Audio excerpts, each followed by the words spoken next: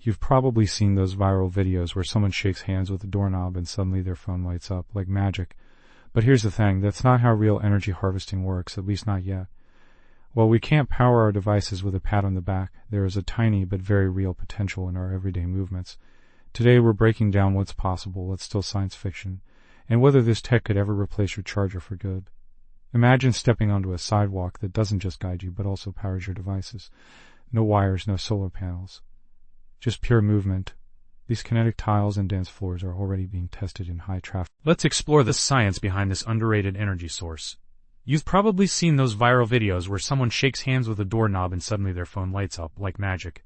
But here's the thing, that's not how real energy harvesting works, at least not yet.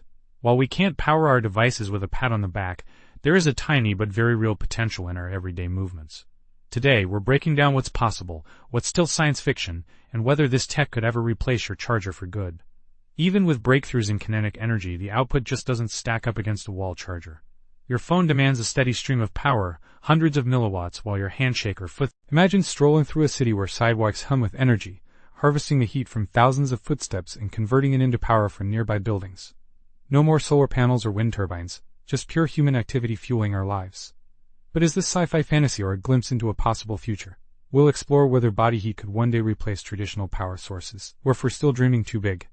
Energy harvesting feels like the future, walking on piezoelectric tiles, charging your phone with body heat. But right now it's more of a sidekick than a main character in our power needs. The tech is here, but scaling it to replace wall chargers.